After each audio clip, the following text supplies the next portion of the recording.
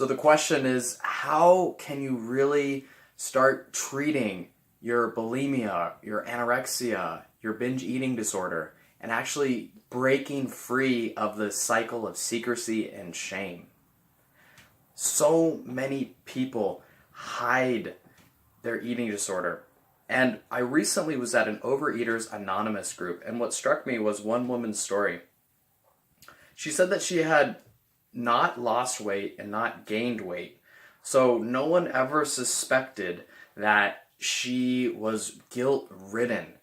Every day, food was a struggle, a struggle.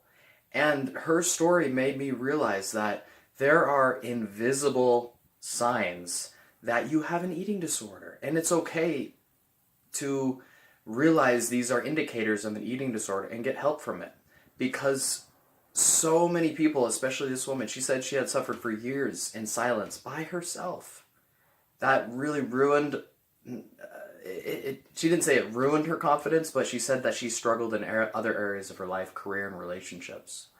So we need to talk about the number one, in my opinion, the number one sign of an eating disorder, an invisible sign of an eating disorder, which is extreme guilt. Some of you might be wondering, oh, I have some guilt around food. You know, I overate a little bit. I had a bit too much. I shouldn't have eaten that. You feel a little bit guilty. You maybe a little voice in the back of your head when you went out, you had so much. That's not quite what I'm talking about. A little bit of guilt is fine. Everyone has a little bit of guilt, okay? Although it's not ideal, to be fair. Like, I do want to make it clear. Ideally, we're in a totally enlightened state with food. We're totally at peace with food. Ideally, that's where we're at. But recognizing you have a problem with food really requires understanding you have this guilt thing. This guilt. When food, your thoughts about food are obsessive. When you feel so ashamed when you eat over your calorie limit, or you eat a food you quote unquote shouldn't eat, and this overwhelming feeling of guilt and shame comes up, especially of course after you finish a binge. That shame, that guilt, I want you to be aware of it. If you are not seeking help or not trying to understand what's going on, let this message be a sign that your guilt is a message that you need to open up. You need to go to a Overeaters Anonymous group. You need to talk to some people who can help you understand yourself a bit more. Guilt is this voice inside of you that says no matter what you do, you're wrong. And the other story I have is I was recently with a woman, and she said she was talking about her experience over breakfast, and she said she had fries and she felt guilty because she had fries. And then we were exploring it. We said, okay, so what would have been an alternative? She said, okay, I could have ordered fruit. She could have substituted fruit. And then I asked her, well, what would have happened if you had eaten fruit? And she said, well, then I would have I would have felt regret and about not eating the fries. So she eats the fries on one hand and feels guilty, or she eats the fruit on the other hand and feels regret. Guilt is a lose-lose situation. You get screwed either way. That's why it's so important to recognize these guilt traps. If you feel regret about eating healthy, that you really didn't want to eat healthy, but you're doing it because you should eat healthy, and then you feel regret afterwards and you go eat unhealthy anyways, that's a guilt trap. And of course the guilt trap is also when you eat and you feel bad as well. Guilt is a trap. And if you have been experiencing guilt for off and on for years, please, this is your opportunity. There's nothing wrong about going and admitting you have a little bit of a problem. A problem around guilt, around overeating, around thinking about food. We live in a culture that is very ignorant. The message of weight loss enlightenment is simple. The broader world out there is obsessed with body images that are perfect, and utilizing methods of short-term weight loss, diets, calorie counting, and you can get the weight off for a little bit, but then the weight comes back on. And this message is everywhere. The billion-dollar weight loss corporations, if you look at the weight loss industry, it's worth $585 billion globally. That's the size of like one of those tech giants, Amazon or Microsoft. It's huge. And so weight loss companies have a agenda. They want you to buy their product, and then they want you to buy it again once the weight comes back on. They have a conflict of interest. They want you to buy their products and be a repeat customer. They have a financial incentive. So these billion-dollar companies spend all this marketing messages out there that confuse you. So it's not your fault you feel guilty. Really understand this. It's not your fault you feel guilty. Please, please, please, I'm going to say it again. It's not your fault you feel guilty. It's not your fault you feel guilty. I'm going to say it one more time. It's not your fault you feel guilty. Let that seep in. Because if you think it's your fault, you're probably not going to open up to get the help you deserve. So bulimia is a eating disorder where people overeat, and then they somehow compensate. There's one woman I know, she did various forms of compensation, and it took her. She wasn't a client of mine. She was just like someone I was talking with at a event, and her problem was that she was invisible. Like her weight she was never super overweight. She was never super underweight. And she didn't really vomit that much. She had vomited, but she didn't like it. She would, sometimes early on she would eat too much and then she would vomit. She didn't like that. But she would not eat the next day. She would not eat for, I forget how long, but she would basically compensate by not eating or spending hours at the gym.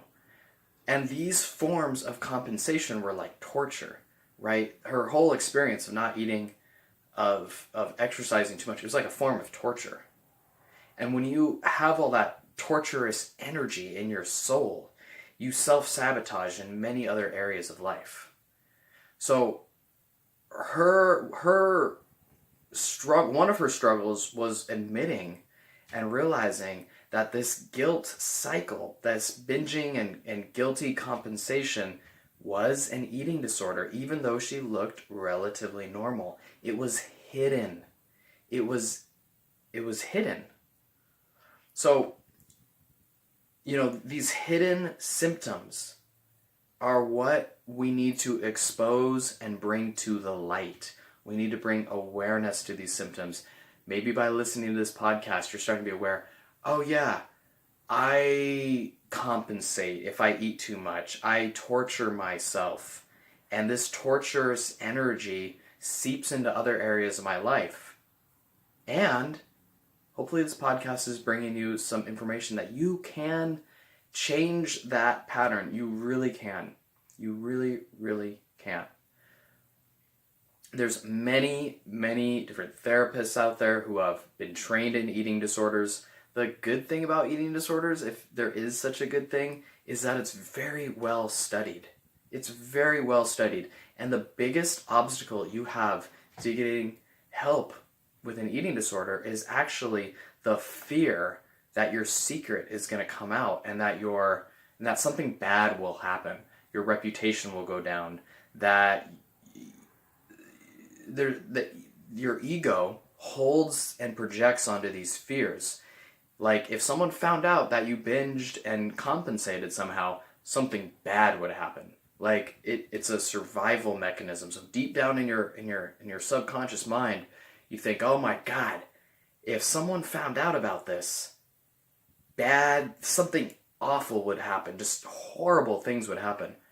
You might have tried stopping this before, and so you have a feeling of failure. You might have stopped trying to overeat or binge or compensate, and you kept doing it, and now you associate your attempts with failure, so you feel like a failure for even thinking about it. It's just easier to ignore it. It's just easier to go on with your life. But again, that's a short-term solution. That's what the diet industry wants you to do, so that you buy their products again. we need to look inside of ourselves. You know, sometimes I like saying enlightenment, like instead of enlightenment, enlightenment. Shine the light in you so that you can really start to stop running away from these shadow energies. Um, and you know, previous attempts at dieting are one of the hallmark causes of disordered eating. So, you know, if you've tried to control your eating before through a diet, tried to lose weight through a diet, and you failed, guess what? Diets actually are highly correlated to eating disorders. Almost, I think everyone I've talked to who has an eating disorder has tried dieting before, and their dieting experience is the same. They lose weight, they gain it back, and some people are more aware that dieting has caused them harm, but it's kind of in the background of their mind. Other people are not aware that dieting is the cause, what starts off this vicious cycle. Yeah, some people, they think they lost weight and then they gained it back and they blame themselves. That guilt, that shame, they blame themselves. And it's very deep and dark, and it can be very secret. It can be very secretive. And, you know, the point of this message right here is just, I was inspired by this woman open up about this secret she had. It was, don't keep it a secret. You know, tell someone you trust. Don't go freaking announce it on Facebook. No. Like, tell someone you trust. If you're in South Bay, I'm hosting events, private events. They're free in the library. You can find more at weightlossenlightenment.com/events. You know, that's a safe place where I bring mindfulness, where people with these sorts of distorted thinking come together. It's a healing experience. There's other events near you. There's other therapists near you. I guarantee you, if you make the effort to connect with some people and get out of the secrecy, it's going to be the best thing that can ever happen to you. Whenever we keep the shadow energy inside, it pollutes our being. You know, and our being, it manifests outwardly. Somehow our life is in shambles, or you know, painful, really painful. It's just painful. And you know, back in the day, I would smoke tons of weed because my life was painful. I was malnourished. I was not eating enough. And I was smoking weed because I was running away from some of my emotions, running away from the pain. And it wasn't until I started meditating and talking to a teacher and getting some support that I started healing. And then I could go out in the world and hold myself differently. And, you know, slowly but surely my life changed.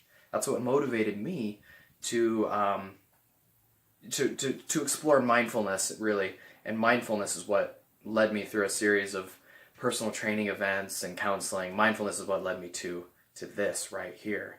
When I think back about being a wrestler and having to starve myself and you know, to fit in, I click, and mindfulness is healing. It really is.